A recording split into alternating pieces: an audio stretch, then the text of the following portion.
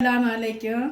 இன்னைக்கு நான் வீட்டிலேயே மணக்க ஒரு பஞ்சாபி தவா சிக்கன் போட போகிறேன்.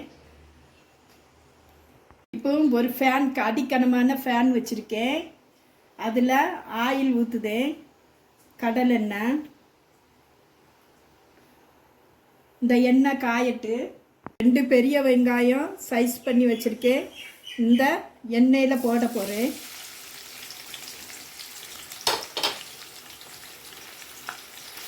இந்த இது நல்லா பொன்னிறமாக வதங்கட்டு.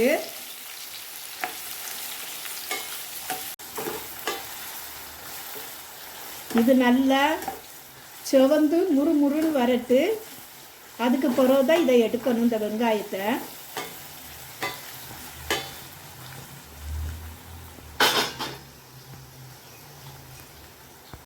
நல்லா சிவந்து வந்துட்டு இதை நம்ம இருத்து எடுக்கலாம்.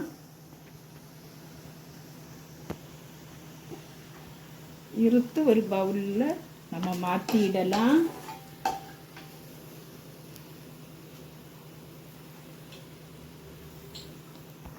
இப்போ வேற ஒரு பவுல் வச்சுருக்கேன். வச்சு இந்த எண்ணெயை ஊற்றுதேனா 100 மில்லி இருக்கும் எண்ணெய். 100 மில்லி எண்ணெய் ஊற்றுதேன்.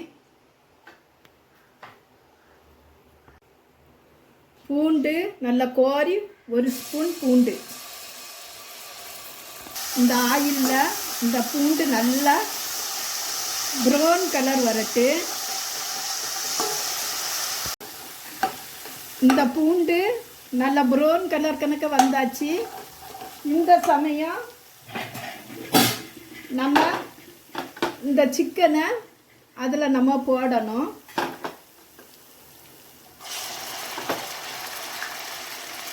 சிக்கனை போட்டு நல்லா திதக்கி கொடுக்கணும். அந்த சிக்கனும் அந்த பூண்டும் எண்ணெயும் சேர்ந்து நல்ல மசாலா நல்லா பிடிக்கணும்.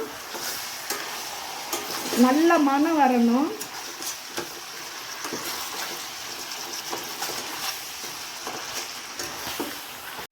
ஒரு ஸ்பூன் சால்ட்டு போடுதேன். காணாட்டை திரும்ப நமக்கு போடலாம்.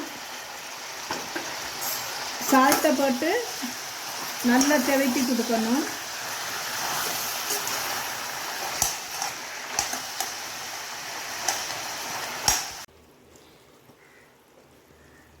ஒரு ஸ்பூனு மஞ்சப்பொடி. மஞ்சப்பொடிக்கும் நல்லா போடணும், தூக்கலாக இருக்கும். போட்டு கொஞ்சம் கிளறி விடணும்.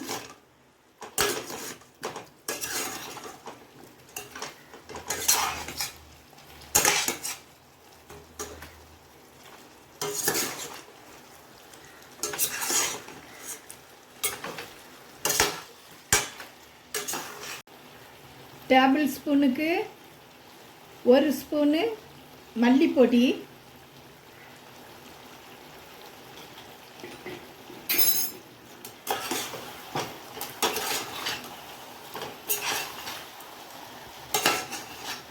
இதையும் போட்டு நல்லா கிளறி விடலாம்.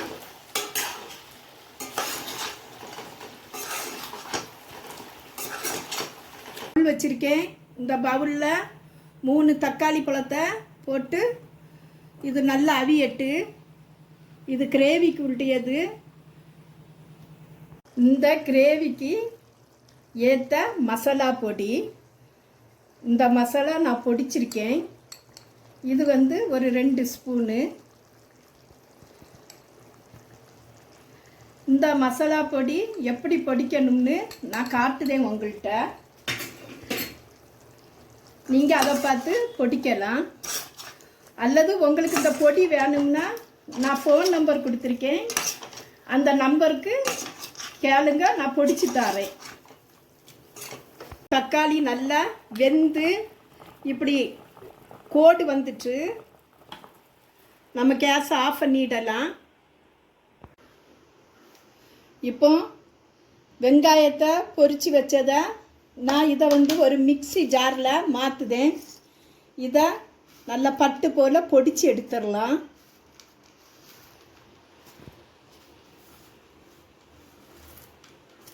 தக்காளியை அவிச்ச தக்காளியை நம்ம உளிச்சு மிக்ஸி ஜாரில் போட்டு ஒரு அடி அடிச்சிடலாம்.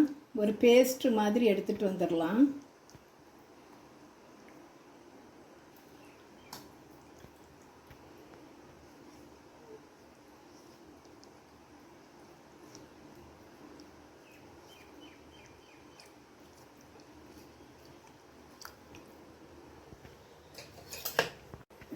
இப்போ தக்காளியை அடிச்சிட்டு வந்துட்டேன். ஒரு பவுலில் மாற்றுதேன்.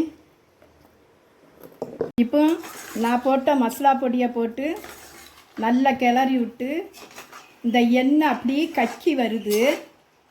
இந்த இதுக்குள்ள மசாலா பொடி நான் இப்போ உங்களுக்கு காட்டுதேன். இந்த மசாலா பொடி தான் பொடிச்சு இதில் போட்டிருக்கேன். இப்போ தக்காளி பழத்தை அடித்து வச்சதை நான் ஊற்றுதேன். தக்காளி எண்ணத்தினால வெந்நீர் அவிச்சு நம்ம அடிக்கிறோம்னா அந்த கலர் வந்து நல்லா இருக்கும். பச்சையில் அடிக்கிற கலருக்கும் வெந்நீர் அவிச்சு நம்ம மிக்சியில் அடித்து போடுறதுக்கும் அந்த கலர் சூப்பராக வரும். அவ்வளவு சைனிங்காக இருக்கு பாருங்க. அந்த கலர் மங்காமல் அவ்வளவு சைனிங்காக இருக்குது. அதுக்கு தான் நான் தக்காளியை அடித்து போடுதேன். இப்போ நமக்கு இதில் கொஞ்சம் சூடான தண்ணி ஊற்றலாம். பச்சை தண்ணி ஊற்றுனா அந்த டேஸ்ட்டு மாறிடும். சூடு தண்ணி நான் ஊற்றுதேன். கொஞ்சம் சூடு தண்ணி ஊற்றிக்கிட்டு நல்லா கிளறி விடலாம். இன்னும் இதுக்கு ஒரு 2 நிமிஷம் வேகட்டு. நம்ம வெந்நி பச்சை தண்ணியை ஊற்றினா அந்த கறி டேஸ்ட்டு மாறிடும். வெங்காயத்தை வறுத்ததை எனக்கு கொஞ்சம் நல்லா டார்க் ஆயிற்று. இப்போ இந்த பொடியை இந்த சிக்கனில் போடுதேன்.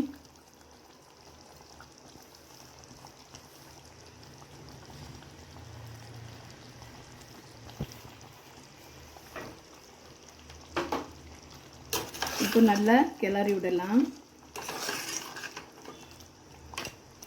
இந்த சிக்கனுக்கு மனமே இந்த பொடியும் இந்த வெங்காயமும் பொரிச்சு போடுதேன் தான்.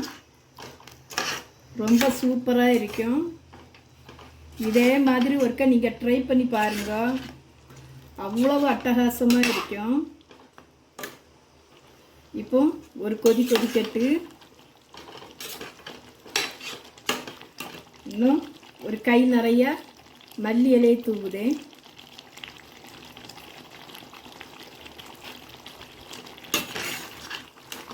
அவ்வளோதான்.